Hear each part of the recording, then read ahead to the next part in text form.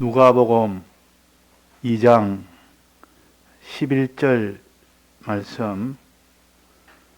오늘날 다윗의 동네에 너희를 위하여 구주가 나셨으니 곧 그리스도 주시니라.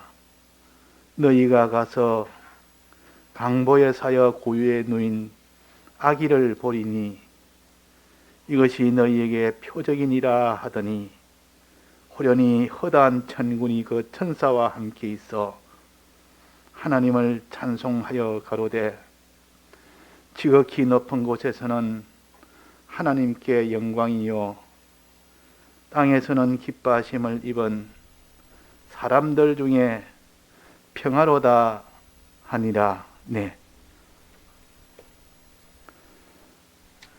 오늘 성탄 공과가 있는데 그 공과를 오늘 말씀에 요약된 말씀입니다. 공과를 참고를 해서 들으시고 또 집에 가서도 이 공과를 들은 말씀과 잘 비교해서 그렇게 잘 깨달아서 우리도 그렇게 살기를 원하는 그런 사람이 되기까지 목표를 거기에 둬야 됩니다. 우리는 성탄대에 말씀을 듣고 예배 보는 이것이 출발이지 다가 아니고 이렇게 말씀을 듣고 예배를 보고 그 위에 내 마음에 주님과 같은 그런 소원을 가지고 주님과 같은 그런 걸음을 걷는 데까지 되어져야 성탄을 기념하는 것이니까 우리가 이 말씀을 예사로 듣고는 그렇게 될 수가 없습니다. 다 해서 말씀을 들어야 됩니다. 들어서 이것을 행하기까지의 이런 소원이 일어나고 이런 발걸음이 되어지기까지의 힘을 써야 된다 하는 것입니다. 먼저 이 성탄은 예수님에 대한 것입니다. 예수님이 탄생하셨다 보통 이렇게 하는데 사람을 기준으로만 본다면 탄생이라 생일이라 보통 그렇게 하지만은 사람이 아니고 하나님이시니까 하나님이 이 세상에 오셨다 하는 것이 맞지, 무슨 없는 아이가 태어나는 것처럼 그런 것이 아니고 하나님이 이 세상에 오신 것이 성탄입니다. 오실 때에 하나님이 그냥 왕권을 가지고 영이신 하나님이 영으로 이 세상에 오신 것이 아니고 그 영의 하나님이 사람을 입고 오신 겁니다. 이거는 이 세상에서는 비교할 것이 없고 이 세상에서는 그런 일이 없기 때문에 하나님도 영이시고 영이 사람의 몸을 입고 왔다는 것은 하나님이 신령한 이 세계를 깨닫게 해주지 아니하고는 도무지 이거는 이해를 할 수 없는 일이고 믿게 하지 아니하고는 우리가 믿을 수가 없는 일입니다. 그래서 우리는 사람의 지혜를 가진 사람, 사람의 어떤 지식을 많이 가진 사람은 이런 것은 도무지 자기하고는 안 맞는 겁니다. 이런 말씀은. 그러나 우리 속에 신령한 하나님이 내 마음을 감동시키고 신령한 세계를 삼은 사람은 이것이 하나님이 믿어지는데 하나님이 사람의 몸을 입고 오는 것은 그는 당연히 그럴 수가 있는 겁니다. 그래서 하나님이 사람으로 오셨다 하는 것을 이걸 하나님 앞에 우리가 기도해서 이것이 믿어지고 깨달아지도록 해달라고 그렇게 해야 됩니다. 그래서 여기에 그 하나님이 오셨다는 이것은 다윗의 동네에서 나셨다 그랬단 말이에요. 예수님이 다윗의 동네에서 나왔다. 이 다윗은 왕이신데 이스라엘 왕인데 이 다윗은 베들레헴에서 났습니다. 그래서 이 베들레헴은 여기서 아기가 나리니 그랬습니다. 그 아기의 이름이 구주라 그리스도라. 이미 이것은 이전에 미리 다 예언을 해놓은 겁니다. 그런데 여기 보니까 다윗의 동네에서 아기가 났다 하는 천사의 말을 목동이 듣고 이 목동이 목동을 하다가 천사의 말을 듣고 처음으로 오늘날 지금 아이가 낳았다 그 말이. 지금 아이가 낳는데 그는 다윗의 동네에서 낳았다. 베들레헴에서 왕이 나신다 그랬다. 그러면 하나님은 왕이신 하나님이 나셨다 그럽니다. 왕이신 하나님. 왕이란 말은 모든 것을 다 주권한다는 것이 왕입니다. 하나님은 모든 것을 다 지으신 창조주요. 하나님은 모든 것을 다 모든 것을 창조했기 때문에 하나님의 것이기 때문에 대주제요. 이 하나님이 다 만든 것을 하나님 홀로 다 움직인다 해서 주권자요. 홀로 다 움직이는 이것을 마지막에 하나님이 하나도 빠짐없이 다 심판하는 심판주요. 하나님에게서 벗어날 존재가 없습니다. 하나님 앞에 나는 하나님과 상관없이 살겠다. 하나님 없이 살겠다. 하나님 피해서 아무리 산으로 들로 바다로 돌 밑으로 바위 밑으로 숨어도 전부 돌도 하나님의 것이요 바다도 하나님의 것이요 숨을 데가 어디 있습니까? 피할 데가 어디 있습니까? 다 하나님의 것인데 하나님의 이 모든 창조에서 벗어날 수 없고 하나님의 이 모든 주권에서 심판에서 벗어날 자는 한 사람도 없습니다. 이런 하나님을 이 하나님이 이 세상에 오신 겁니다. 오셨다는 것은 어디에 났습니까? 아기로 오셨다. 어떻게 오냐? 아기로 오셨다. 아기로 난 겁니다. 자, 하나님이 영으로 이렇게 왕으로 이렇게 오실 수 있는데 아기로 났다. 아기. 자, 아기라 그러니까 사람들이 조그마한 아이, 아주 귀여운 아이. 예수님을 자꾸 무슨 이렇게 애완용처럼 아주 무슨 귀여운 아이처럼 이렇게 자꾸 이렇게 이름 몰고 가는 거예요. 아기로 났다는 뜻은 사람으로 오셨다 그 말입니다. 아기는 사람 아닙니까? 하나님이 인성을 입고 오셨다 그 말이에요. 아기로 왔다는 말은 하나님이 신성의 하나님이 오실 때 그 신성의 하나님이 인성을 입고 오셨다는 거예요. 마리아의 몸에서 나왔기 때문에 인성을 입고 온 겁니다. 무엇으로 잉태했습니까? 성령으로 잉태했단 말은 하나님이 오셨다 그 말이에요. 하나님의 신성을 가지고 아기로 오셨단 말은 마리아에게서 났다는 뜻이고 아기로 왔었단 말은 인성을 입고 옵니다. 그러니까 하나님은 하나님이면서도 사람의 몸을 입고 오셨다는 거. 이걸 우리가 과학적으로나 물리적으로나 신체학적으로나 인체학적으로 이런 것을 가지고 이렇게 접근하는 사람은 그 사람은 하늘나라를 볼 수가 없습니다. 이거는 신령한 세계에서 얼마든지 있을 수 있는 일이나 육체의 세계에서는 이것은 있을 수 없는 일이요. 항상 육체로만 말씀을 듣고 육체로만 말씀을 행하려고 그러고 육체로만 모든 것을 다 깨달아 가려는 사람은 아무리 그 사람은 이 성경 말씀을 내도 창세기 1장부터 딱 막혀버립니다. 하나님이 천지를 창조하셨다. 그게 말이나 됩니까? 하나님이 어디 있으며 하나님이 다 지었다는 것은 말이나 되느냐? 이거는 몇천 년 전에 수억 년에 수십억 년 전에 그때 뭐가 생겨가지고 그것이 이렇게 됐고 진화가 됐고 이래가 자꾸 그런 말은 솔곳이 듣기고 과학적으로 그럴 수 있겠다 하지만 하나님이 천지를 창조하셨다는 말은 이거는 과학적으로 믿기 못하기 때문에 이건 내게 안 맞다. 자, 그렇게 나가면 한없이 하나님은 없다고 결론을 냅니다. 눈에 안 보이는데 무슨 하나님이냐? 그 인격의 하나님이 어디 있느냐? 그 말이에요. 그래서 우리는 하나님은 전능자요, 전지자요, 주권자요. 그분이 모든 것을 다 지은 분이요. 마지막 그분이 홀로 창조하신 분이다. 이 신령한 세계의 신령한 하나님을 우리가 믿고 이분이 이 세상에 사람의 인성을 입고 오셨다. 이걸 아기로 왔다. 그렇게 표시를 했을 뿐인데 그래서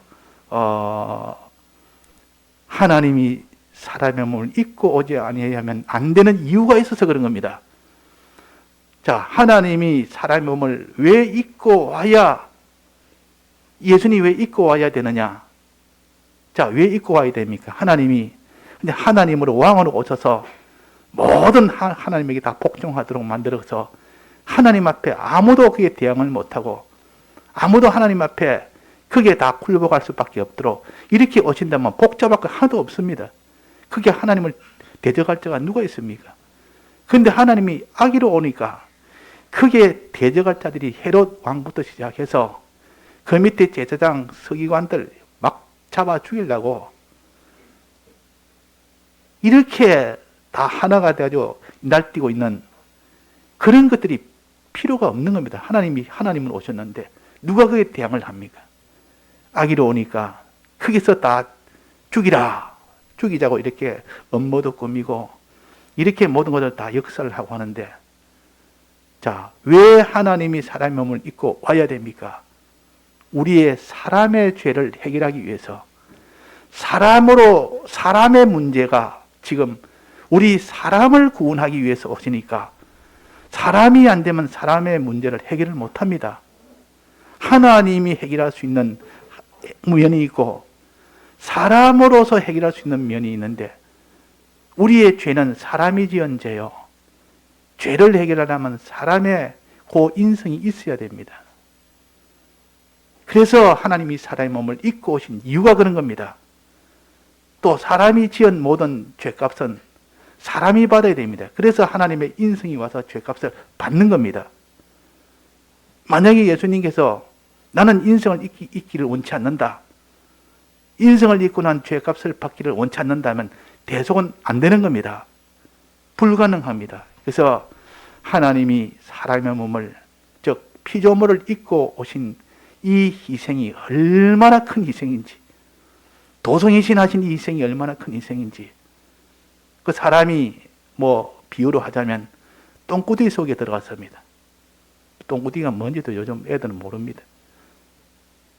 똥구덩이 속에 들어가면 그보다 더 용역스럽고 더 더럽고 더 고통이고 이런 것인데, 이 세상 죄악 구덩이에 인간 속으로 하나님이 사람의 몸을 뒤집어 쓰고 이 세상에 오신 것은 똥구덩이 뒤집어 쓰고 그 속에 들어가는 것과 같다, 이렇게 비유를 하십니다.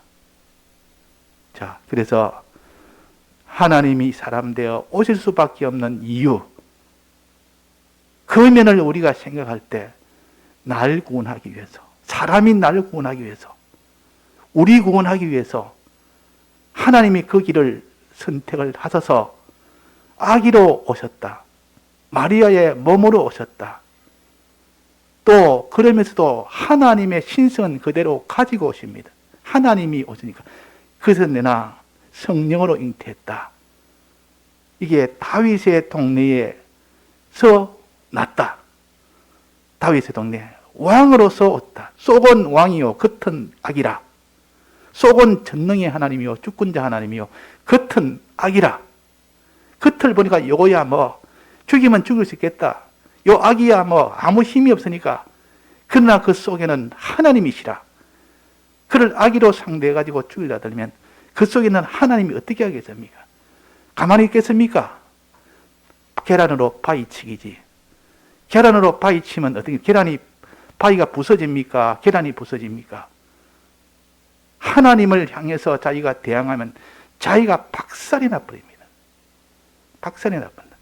근데 악이 예수라니까 악의를 죽이려고 달라드는 것들이 전부 그게 다 멸해져 버립니다. 왜? 그 속에 하나님이니까. 그래서 이 예수님께서 악의로 오지 않을 수 없는 이유는 우리의 죄 때문에 그런 겁니다. 우리의 죄 때문에. 우리의 죄가 아니면 하나님이 사람으로 오실 이유가 없습니다. 우리의 죄를 사해 주시기 위해서는 사람이 되어서 우리의 죄를 대신 받을 수 있기 때문에. 대신 받습니다. 자, 그래서 우리의 죄값을 하나님이 사람 되어 오셔서 우리의 죄값을, 사람이 사람의 죄값을 받습니다. 그런데 사람은 사람의 죄값을 받을 때에 한 사람 죄값을 밖에 못 받습니다. 그 사람이 죄가 없어야 될 조건이 없어야 됩니다. 없다 치더라도 한 사람의 죄만 사해주지 10사람 죄는 사해주지 못합니다. 10사람 죄는 대신하지 못합니다. 한 사람은 한 사람의 죄만 대신할 수 있지.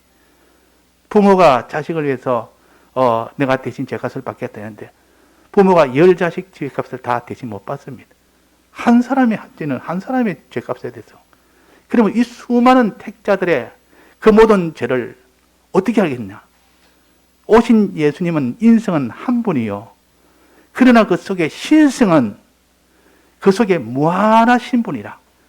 무한하신 하나님이 신성으로 있기 때문에 100사람이든 1000사람이든 1억이든 10억이든 하나님은 무한하신 분이기 때문에 그것을 다 감당할 수가 있는 분입니다. 그래서 하나님이 오셔서 사람의 몸을 입고 오셔서 우리의 죄값을 해결하고 우리의 의를 이루기 위해서 우리가 이루지 못한 우리가 저질러 놓은 죄, 이 문제를 해결하기 위해서 오셨다 그 말입니다. 자, 죄를 지으면 어떻게 됩니까? 그 죄값은 형벌입니다. 형벌입니다. 형벌이요. 죄값은 형벌이요. 죄값에는 하나님이 금한 것을 적어도 해버립니다. 하나님이 선악과 먹지 말았는데 선악과 먹었습니다. 하나님이 살인하지 말았는데 가인이 아벨 동생을 살해했습니다. 그게 전부 다 죄요. 죄값은 형벌이 있다. 고난이 있다 그 말이요. 그 고난은 영원한 고난입니다. 자, 이 영원한 고난을 어찌 해결할까? 이 죄값을 어찌 해결할까? 방법은 그 죄값을 한 사람이 영원히 받는 것 외에는 길이 없습니다. 받아야 그게 없어지죠. 그런데 이것을 내가 죄값을 받지 않고 없앨 수 있는 방법은 다른 이가 와서 내 죄값을 대신 받아주면 내 죄값은 없어져 버립니다. 그러면 내가 죄값을 받지도 않고 내 죄를 다 없앨 수가 있습니다. 이 일을 위해서 나선 분이 예수님이시요. 이분이 바로 예수님이십니다. 예수님은 조건 없이 우리를 사랑하십니다. 그분은 우리를 사랑하는데 너가 이렇게 해주니까 내가 이렇게 해주겠다. 이런 식으로 우리를 사랑하는 분이 아닙니다. 내가 이렇게 하면 나중에 저 사람이 내게 이런 도움을 줄 것이지. 그러니까 내가 저 사람을 위해서 내가 수고도 하고 저 사람을 위해서 내가 희생도 하고 저 사람을 위해서 내가 이걸 좀 도와도 주고 다 뒤에 계산해서 자기한테 유리하니까 다 합니다. 그런데 예수님은 우리 위해서 죄값을 대신 받을 때 그런 계산을 두지 않았습니다. 그런 계산 없이 그냥 한없이 나는 희생해주고 그냥 너가 살면 됐다. 살면 나는 그것으로 만족한다. 그 뒤에 내가 무엇을 해주기를 바라고 조건을 바라고 그게 더 내게 대가를 바라면서 하는 것이 아니라 그 말이에요. 그러니까 주님의 사랑은 조건 없는 사랑이요. 무한하신 사랑이요. 그런데 이 세상에서는 워낙 세상에 여기서 닳고 달려나면 누가 자기를 위해 주면 저 사람이 내게 무엇 때문에 해주지? 무슨 목적이 있는갑다. 이렇게 도움을 받으면서도 무슨 목적을 앞으로 내한테 요구할까? 왜? 조건 없이 해주는 그들 경험을 못했으니까. 우리 한국 사람하고 외국 사람, 유럽 쪽이나 선진국은 굉장히 개인주의가 심합니다. 요만한 거 남한테 신세지기 싫어하고 남한테 도움 주는 것도 싫어하고 도움 받는 거 싫어합니다. 딱 도움을 받을 때는 그만한 대가를 치러야 되고 내가 그 사람에게 도움을 주면 그만한 대가를 내가 받아야 됩니다. 그러니까 굉장히 그것을 계산적이고 이기적이고 시골 사람이 서울에 오면 서울 사람이 그렇게 보입니다. 처음에는.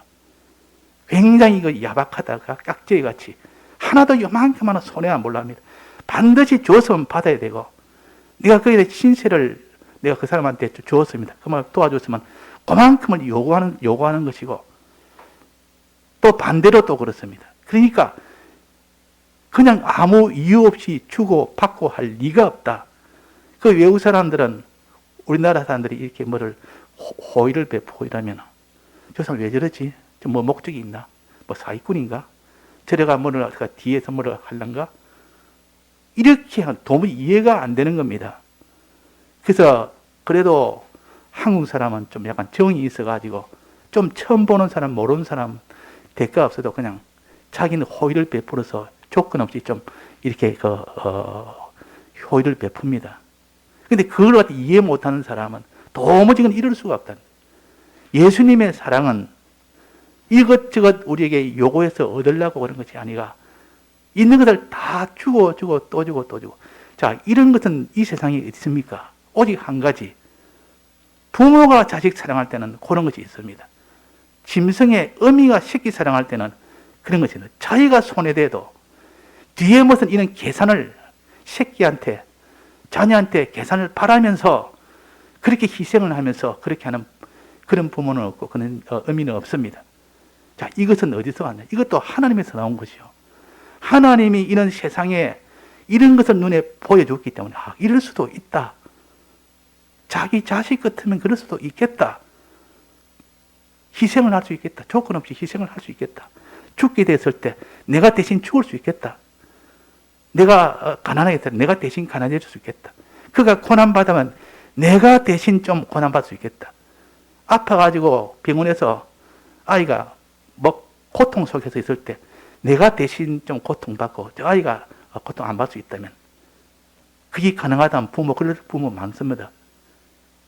그만큼 부모와 자식이라든지 자기가 정말 사랑하는 관계라든지 이런 것도 이 세상에 있다 그 말이에요. 이건 하나님이 내신 겁니다. 하나님이 보여주신 겁니다. 근데 기적인데 그거는 일반 이 생육 약육 강식의 이 세상에서 자기를 한없이 희생하고 다른 일을 한없이 좋도록 만드는 이것은 있을 수 없는 일이요. 본능을 거스르는 일입니다. 그런데도 그것이 있다 그 말이에요. 그건 하나님에서 나온 겁니다. 이 땅에 짐승 한 마리가 어미가 새끼를 위할 때 자기 목숨을 아끼지 아니하고 동물 같은 거 이거 보면 유튜브 같은 거 한번 보면 동물들의 이거 보면 새끼 사랑하는 것이 유달실히 그렇게 아주 뛰어난 짐승이 많습니다. 사람도 보면 감동이 됩니다. 새끼를 위해서 아끼지 않고 자기는 하나님이 이거 하나님의 사랑이 그런 대로 다 자연계시로 나타내서 봐라. 사람이 다 약육강식으로 다 개인주의로 사는 것이 본능일진데 그렇지 않는 경우도 있다는 것을 보여주는 게 이게 다 하나님에서 나온 것이요.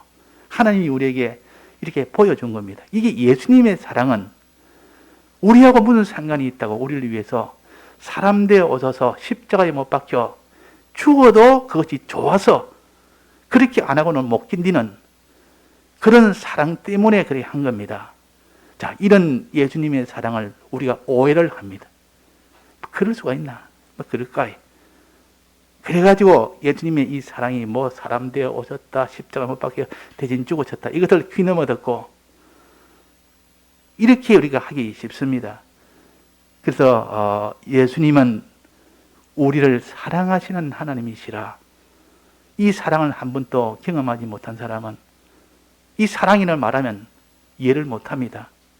북한에서 온 사람들, 탈북한 사람들, 거기는 이리 서로 있는 것을 주고 하는 것을 사랑하는 이런 면이 없지는 않지만 부모지간에도 있고 다 있지 않지만 굉장히 그는 먹고 살기 위해서는 하나라도 자기가 커머져야 되고 이렇게 서로 대립해야 되고 이러니까 서로 사랑한다는 걸 이해를 못하는 겁니다. 그런 말도 없고 사랑이란 말도 없고 그러니까 이런 세계를 살고 있는 우리가 하나님의 이 사랑을 말하면 그게 믿어지지가 않는다 그 말이에요. 그래서 우리는 성경을 통해서 하나님은 우리에게 사람 되어 오신 이 사랑을 너희들이 깨달아라. 사람 되어 오신 사랑을 왜 똥꾸디 같은 것 속에서 뒤집어쓰고 이게 우리를 위해서 오셨느냐. 그 하나님의 사랑이 견디지 못해서 우리를 불쌍히 여기는 그 마음, 자기 너를 다 들여서라도 구출하게 됐다는 그 마음 하나로 오신 분이 예수님이십니다. 이분이 오셔서 우리가 받고 있는 고난, 이 고난은 원인이 뭡니까? 고난의 원인이 뭡니까? 사람이 이 땅에서 고난 원인이 뭡니까? 영원히 받는 고난의 원인이 뭡니까? 고난의 원인은 죄입니다. 죄값이요. 영원히 우리는 고난을 받아야 된다면 그는 죄값 때문에 오는 겁니다. 죄는 하나님의 법을 어기는 거죠. 하나님이 금한 것을 하면 하나님이 반드시 사망한다 그랬습니다. 그 죄를 지으면 사망한다. 사망이라고 하는 연결이 끊어지는 것이요. 끊어진다는 말은 하나님의 은혜가 하나도 없는 곳에 고난을 당한다는 뜻이요. 자, 하나님 은혜를 다 끊어버리면 고난 안 당할 사람이 있습니까? 공기의 은혜도 끊어버리고 물의 은혜도 끊어버리고 양식의 은혜도 한 열흘만 끊어버리면 사람들이 다 고통 속에서 못 살 겁니다. 고통 속에서. 대기권에 있는 저 대기에 이거 뭡니까? 태양하고 사이에 이 모든 다 완화시키는 이것도 탁 제거시키면 전부 다 타서 전부 병들어 다 죽게 됩니다. 하나님의 은혜가 무한히 많은데 하나님 은혜가 하나하나씩 다 제거해버리면 거의 다 고통이 됩니다. 그래서 우리는 하나님과 연결이 끊어진 것이 사망이라 그 사망의 결과는 고통으로 오게 됩니다.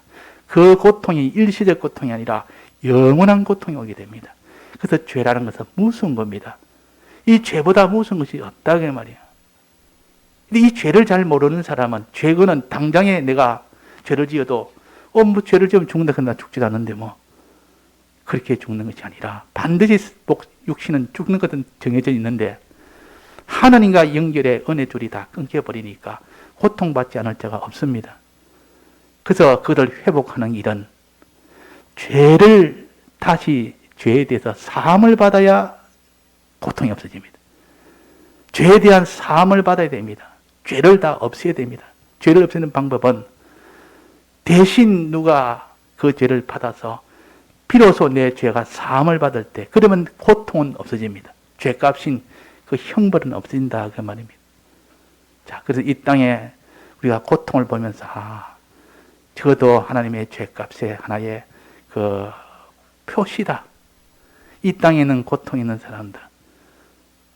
어제 보는 사진을 보니까 아프리카에 그게 사람들 중에 아이들이 먹지 못해서 막 우는 아이들이 있어요. 옷을 헐벗고 가는 아이들이 우는 소리가 얼마나 처절하게 우는지. 하나님이 은혜 안 주면 굶을 수밖에 없습니다. 굶는 고통이 얼마나 큽니까? 죽기 직전까지 오는 것이, 죽는 것이 굶는 것인데 막 굶어서 이렇게 먹을 것이 없으니까 막 울고 합니다. 병들어서 아파서 울고.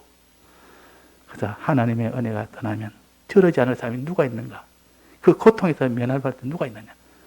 다 하나님이 지금까지 먹이시고 입히시고 모든 건강도 지키시고 이러니까 다 지내는데 그 하나님 은혜인 줄도 모르고 그 평안을 하나님 은혜인 줄도 모르고 당연한 걸로 여기고 어리석은 자야 그렇게 다 그런 고통 속에 있는 자들 봐라. 하나님 은혜가 뜨는 하나님 은혜가 차단되면 저렇게 다 고통 속에 있는데 오늘에도 하나님이 저주하면 모든 은혜를 다 끊어버리고 모든 것을 다 질이 나게 만들고 큰 연병이 더 심하게 만들고 더 큰 흉년이 오게 만들고 이러면 전부 다 고통 속에 빠지지 않을 자가 누가 있습니까? 이런 하나님이시오. 이런 하나님이 우리에게 고통을 명쾌하시려고 죄를 해결하기 위해서 우리의 이 고난을 해결하기 위해서 대신 형벌을 받으시는 이 대형의 이 공로를 베푸심으로 인하여 우리의 모든 고난의 이 형벌은 다 해결이 됩니다. 우리의 영원한 고난을 없도록 만들기 위해서 예수님이 대신 형벌을 받는 것이 이걸 사죄라 그럽니다. 사죄의 공로라. 사죄의 공로라. 그래서 형벌을 대신 다 받으심으로 비로소 우리의 죄는 흰눈같이 양털처럼 깨끗하게 희게 되어버립니다. 그러면 아무도 그 죄 때문에 그를 정죄하지 못하고 죄 때문에 형벌을 주지를 못합니다. 자, 이것이 얼마나 큰 은혜인지. 자, 이 은혜 주시려고 하나님이 사람 되어 오셔서 우리의 죄값을 대신 받음으로 우리가 모든 죄에서 해방이 되고 사망에서 해방이 되고 모든 고통에서 해방이 되는 이런 것을 받는 겁니다. 자, 영원한 고통 이것보다 제일 큰 게 없습니다. 그 다음에는 가난입니다. 가난. 가난이라는 말은 고난보다는 좀 덜합니다. 고난보다는 덜해도 사람이 가난의 고통이라는 것은 가난해 보지 않는 사람은 모릅니다. 어릴 때부터 가난한 집에 태어난 사람은 가난이 뭔지를 조금 압니다. 근데 어릴 때부터 가난을 한 번도 경험하지 못한 사람들은 가난이 뭔지를 모르고 경험을 안 하니까 가난한 사람 보기는 봐도 그렇게 불행한 줄 모릅니다. 뭐 가난해도 뭐 돈 없으면 라면 사 먹으면 되지. 그게 뭐 걱정될 게 뭐 있느냐. 집 없으면 뭐 쇠빵살이 하면 되지. 그 가난의 고통이 얼마나 큰지, 집 없는 고통이 얼마나 큰지. 자, 그래서 요즘은 다 어릴 때 가난한 사람은 이제는 다 사는 것이 풍족하면 자녀들은 가난을 안 물려주려고 애를 씁니다. 자녀들은 가난을 모릅니다. 모르니까 이제는 또 좀 그렇게 됐다가 이제 가난의 고통을 또 나중에 또 당하게 되는 그런 일이 반복이 되는 겁니다. 자, 가난이라는 것은 원인이 뭡니까? 하나님 뜻대로 행치를 안 해서 그럽니다. 이건 죄가 아니고 죄 짓는 것이 아니고 하나님이 하라는 것을 안 해서 하나님하고 관계가 딱 막혀버립니다. 하나님이 너 이거 해라 저거 해라, 하나님을 섬기라, 하나님께 경배라, 하나님께 순종하고 하나님만 바라보고 살고 이제 뭐든지 하나님께 물어서 하고 하나님께 기도하고 하나님께 모든 것을 의지하고 하나님을 기쁘게 하고 하나님을 섬기고 그렇게 해야 된다 그래. 그걸 안 하는 겁니다. 안 할 때 그때 하나님이 모든 소유를 다 제거해 버립니다. 차차차차 그 사람이 가진 소유가 없어집니다. 소유가 없어지면 점점 그 사람은 양식이 부족해집니다. 요즘 말하는 소유는 돈이지만은 또 뭐 돈가 있으면 집도 사고 뭐 큰 자기 뭐 이런 소유를 가질 수 있지 않습니까? 이전에는 양식입니다. 양식이 소유요. 곡식과 포도주와 이런 것들이 다 소유요. 이 소유가 자꾸 줄어들어요. 소유가 자꾸 떨어져요. 이 곡식이 전다 했다가 또 떨어져 버리고 중간에 다 말라 버리고 떨어져 버리고 다 충작이 돼 버리니까 소유가 없어집니다. 이 소유가 없어지면 그 사람 고통이 얼마나 되는데, 이 가정에도 돈이 넉넉할 때는 모르는데 돈이 떨어지면 얼마나 고통이 되는데, 보통 부부싸움도 물질로 풍부할 때는 좀 덜해지다가 돈 문제가 좀 생기고 경제 문제가 좀 어려우면 훨씬 더 부부싸움이 많아집니다. 그 왜 그렇습니까? 돈이 그만큼 중요하기 때문에, 소유가 중요하기 때문에. 하나님이 소유를 안 주면, 하나님이 그 소유를 안 주면 그냥 다 그것도 가난하게 됩니다. 그래서 가난의 고통, 이 가난의 고통, 이것이 이 땅에 있는 가난도 그러한데 영원한 가난, 영원한 가난, 영원히 하나님 앞에 서서 영원히 살 때 가진 것이 없습니다. 양식이 없습니다. 진리도 없고 영감도 없고 받은 것이 없으니까 늘 이렇게 배고픈 자가 됩니다. 그러니까 활동을 못합니다. 하늘나라 양식 없는 자, 하늘나라 소유 없는 자, 이 소유 없는 자, 가난한 자라 그 말이에요. 이 가난하니까 어떻게 합니까? 소유는 뭐라도 양식 먹어야 될 거 아닙니까? 그러니까 먹어야 되니까 입은 있지, 안 먹으면 못 살지, 소유는 없지, 양식은 없지, 어떻게 합니까? 이제는 자기가 땅을 파서라도 자기가 해야 되죠. 하나님이 안 주면 자기가 땅을 파서라도. 그래서 성경에 보면, 고린도전서 마태복음 25장에 보면 땅을 파자니 뭘 했습니까? 힘이 없고, 그러면 빌려서라도 먹어야 돼, 다른 사람한테. 빌리자니 부끄럽구나. 부끄러워서 그것도 못하겠다. 이래. 그럼 나중에 부끄러워도 할 수 없이 합니다. 부끄러워도 당장 먹고 안 먹으면 안 되니까. 그래서 소유가 없으면, 이렇게 힘없는 자는 소유 없으면 땅을 팔 수도 없고, 부끄러움을 타는 사람은 소유를 빌리러 가야 되는데 그것도 고통이고, 그러니까 빌리자니 부끄럽고 땅을 파자니 힘도 없고, 그 소유가 없으면 그래 됩니다. 그래 소유에, 이것은 하나님 앞에 행치를 안 해서 불의 때문에 그런 겁니다. 해라는 거 안 합니다. 하나님 앞에. 하나님이 섬긴 날 섬기라. 하나님 안 섬깁니다. 하나님 앞에 경배라. 하나님만 의지하고 바라보고 순종해라. 그런 거 안 합니다. 그냥 내 하고 싶은 대로 나를 의지하고 세상을 의지하고 세상을 사랑하고 그렇게 마구잡이로 살다 보니까 하나님이 소유가 점점 줄어듭니다. 그래서 가난하게 된다 그 말이에요. 이 세상 가난도 그렇게 고통인데, 영원한 가난은, 이거는 말 못할 고통입니다. 영원한 가난. 자, 이걸 해결하기 위해서 하나님이 이 세상에 사람의 몸을 오셔서 우리가 하지 못했던 이 을을, 하나님 뜻대로 한 것을 예수님이 대신한 겁니다. 대신 싹 다 한 겁니다. 대신. 하나님 이거 해라 하면 예, 저거 해라 하면 예, 너가 나를 섬기라 하면 예, 너가 나를 경배라 하면 예. 하나님 시킨 대로 하나님과의 관계에서 바로 될 때, 그때 그 사람은 소유가 풍부하게 부자가 됩니다. 예수님이 이 세상에 우리 위해서 대신 순종을 다해서 우리를 부자 되게 만든 거예요. 부유한 자 되도록 만든 겁니다. 모든 가난을 다 없애고 부유한 자가 되도록 만들었다, 그 말이에요.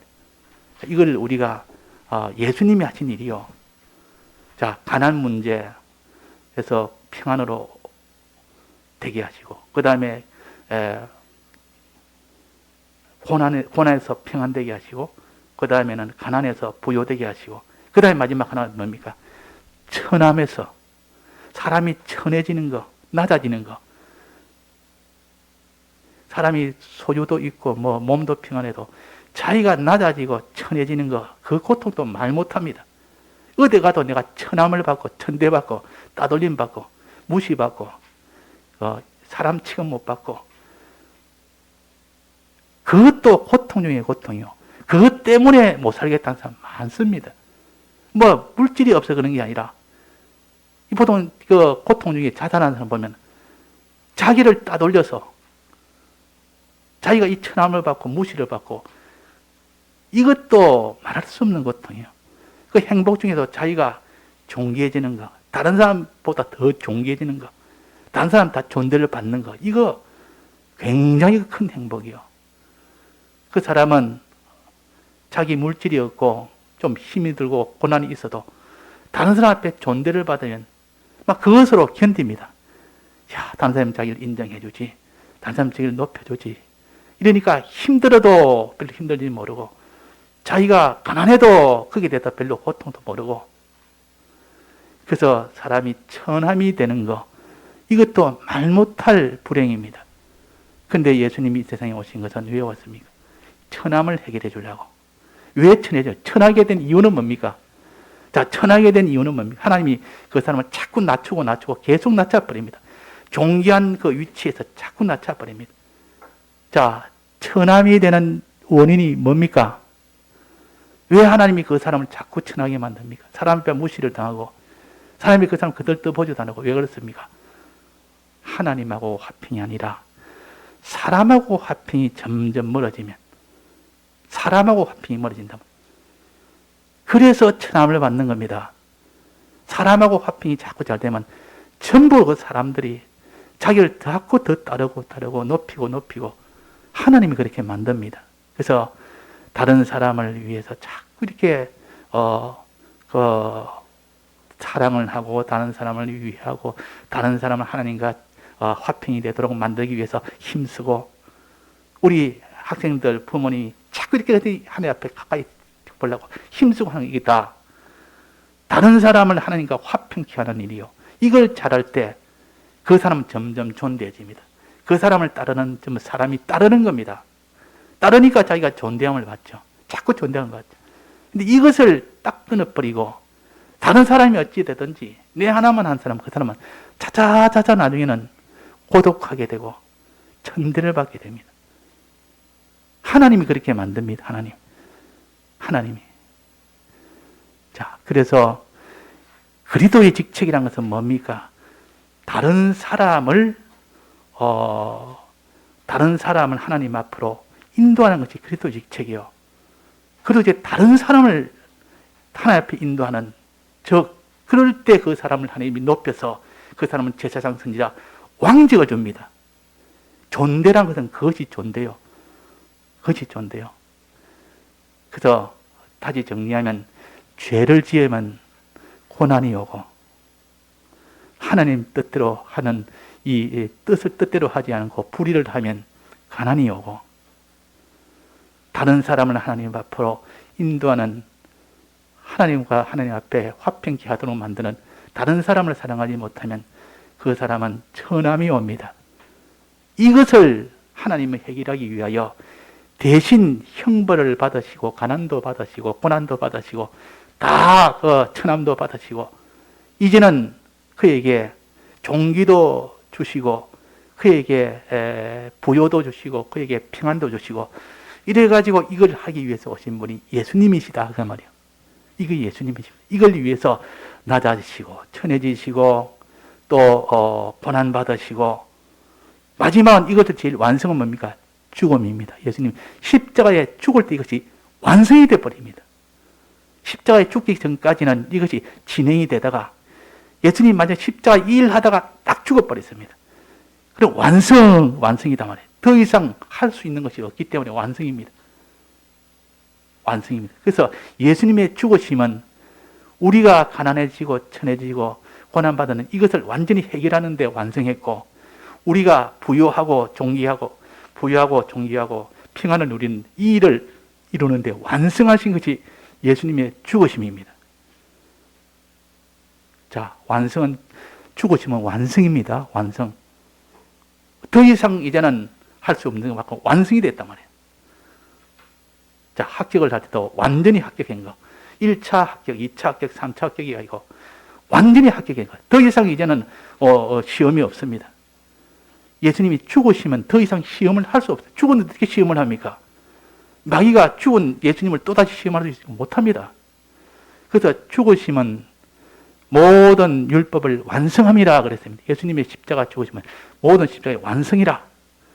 그러니까 이 죽으심이 얼마나 우리에게는 참 기쁜 일인지, 예수님은 한없이 희생이지만도 우리에게는 예수님이 죽었을 때 완성이니까 얼마나 기쁜 일인지, 우리 위하여 대신 낮아지실 때도, 우리 위하여 대신 고난받으실 때도, 우리 위하여 대신 가난해질 때도, 그때도 우리의 모든 이것을 해결하기 위해서 하신 그 은혜를 우리가 생각하다가 죽으심으로 완성을 했고, 부활은 뭡니까?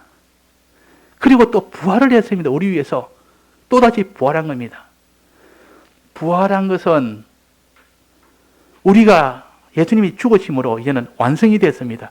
이제는 우리가 죄 없는 자, 어려운 자, 하나님과 화친한 자가 됐고, 이제는 그래서 이제는 부유한 자가 됐고, 우리는 또 평안한 자가 됐고 존귀한 자가 됐는데, 이렇게 된 것을 가지고 생활을 할 수 있느냐 없느냐? 죽었기 때문에 생명이 없어서 생활은 못하는 겁니다. 완성은 했는데 생명이 있어야 이제는 그걸 생활할 수 있죠. 그래서 예수님이 부활하신 것은 이제는 그런 생활을 할 수 있도록 완성되어서 이제는 죄 없는 자, 어려운 자, 하나님 화친한 자가 됐고, 부유한 자가 됐고, 존귀한 자가 됐고, 평안한 자가 됐는데, 이 생활을 하도록 하기 위해서 생명을 준 겁니다. 이것이 부활이요. 예수님이 부활이 없다면 우리는 이런 생명 생활을 못하는 겁니다. 생명을 가져서 이제는 생명을 가지고 생활을 할 수 있도록 해준 것이, 이것이 영생이라 그럽니다. 영생. 생명은 가졌는데 생활을 할 수 있도록 하는 이것을 영생이라. 그래서 영생은 생명 생활이라고도 합니다. 생명을 가졌고 이걸 가지고 생활을 합니다. 즉 사람이 이제는 생명이, 원래는 죽어있던 자가 살았습니다. 살았다 보니까 완전히 숨이 다 끊겼는데 어쩌다 보니까 숨이 끄떡끄떡 쉬고 있다. 백밥이 돌아옵니다. 숨도 쉽니다. 그런데 말은 못합니다. 눈은 못 뜹니다. 팔도 못 움직입니다. 손도 못 움직입니다. 생명은 돌아왔는데 생명 활동을 못합니다. 생명은 돌아왔는데, 그럴 때 이제는 생명 활동을 할 수 있는 그런 힘이 들어왔을 때 비로소 뿔떡 일어나서 말도 하고 보기도 하고 손으로 일도 하기도 하고 발로 걷기도 하고 정상적으로 활동을 합니다. 이게 부활의 역사요. 예수님이 부활의 역사했을 때 비로소 죽은 자들이 다 일어나서 그랬습니다. 죽은 자들이 일어나서 막 하나님 앞에 이렇게 다 역사를 한다. 하나님 앞에 동행을 한다. 자, 이거 하기 위해서 예수님이 부활을 하신 겁니다. 우리 대신 부활하셨단 말이에요. 만약에 부활이 없다면 생명은 있지만 생명생활을 못합니다. 꼭 식물인간처럼. 식물인간은 숨도 쉬고 맥박도 뜁니다. 그런데 활동은 전혀 못합니다. 그러다가 어느 날 식물인간으로 있다가 어느 날 일어나서 말도 합니다. 어느 날 있다가 보기도 봅니다. 일어나서 걷기도 합니다. 자, 이것은 활동이 된다 그 말이에요. 이게 부활의 역사가 없다면 우리는 그런 생명 활동을 할 수가 없습니다. 자, 그래서 예수님의 이 희생은 우리 위하여 대신 고난 받으시고 우리 위하여 대신 가난해지시고 우리 대신 천해지시고 우리 대신 이것을 완성하기 위해 죽으시고 우리 대신 이 생명을 얻었기 때문에 생명 얻은 것을 가지고 그대로 생활할 수 있도록 부활하시고, 그래서 예수님 이 과정 하나하나를 부모가 자식을 사랑해서 하듯 하나도 아낌없이 그 순수대로 그대로 주님은 그 희생을 감수하시고 그 일을 다 하셨습니다. 그래서 우리가 지금은 죄 없는 자, 어려운 자, 하나님과 같은 된 자로, 가난한 자 없이 부유한 자로, 고난 없이 평안한 자로, 우리는 천함이 없이 존귀한 자로 생명을 가지고 또 생명 생활도 할 수 있도록 여기까지 우리를 위해서 지금 역사하신 분이 예수님이시요. 그래가지고 영원히 하나님 앞에 우리를 존귀한 자로, 즉 제사장, 선지자, 왕으로 세워서 하나님이 모든 일을 다 맡기는 이런 사람 되는 것이 하나님의 역사입니다. 이 그리스도의 역사요. 자, 이것을 우리가 이해는 다 못해도 자꾸 깨달으려고 힘쓰고 또 하나씩 깨닫지 한 목에 다 못 깨닫습니다. 한 목에 말은 했지만은 한 목에 다 못 깨달아도 사람은 이렇게 다 어렴풋이 윤곽을 깨닫게 했다가 조금 하나님 또 깊이 들어갔다가 조금씩 깨닫지 한 목에 다 깨달을 수가 없어도 자꾸 애쓰다 보면 그 양심에 복잡한 것에도 어린아이들이 더 잘 깨닫습니다. 어린아이들은 단순하기 때문에 하나라도 양심이 딱 들어오면 바로 믿어지기 때문에 그러면 그것이 딱 깨달아집니다. 근데 어른들은 이런 말씀을 들어도 이게 무슨 복잡하게 여긴, 왜 복잡합니까? 그 심령이 깨달지 못하니까 복잡하게 여긴다고 말이에요. 하나도 복잡한 것도 아닌데도. 그래서 말씀을 내가 이 이해를 못한 걸 공간을 다시 보고 다시 생각하고 또 보고 또 성경 보고 또 연구하고 하나님 기도도 하고 힘도 쓰고 이러면 자기도 모르게 이걸 깨달아집니다. 왜냐하면 하나님이 깨닫게 해줍니다. 그런 노력을 하고 애를 쓰면 비로소 깨닫게 된다. 그럼 물어볼 필요가 없습니다. 안 물어도 하나님이 척척 하나님 알려주니까 그런 것이구나, 그런 것이구나. 성령이 나를 자꾸 깨닫게 됩니다. 그러면 그 사람이 믿음이 그래서 자라는 것이지 단숨에 그 사람이 어느 순간 자라는 것이 아니고 차차 믿음이 이렇게 키 크듯, 키가 단숨에 자라는 키는 없습니다. 조금씩 키가 자라지. 다 같이 통성으로 기도하시겠습니다.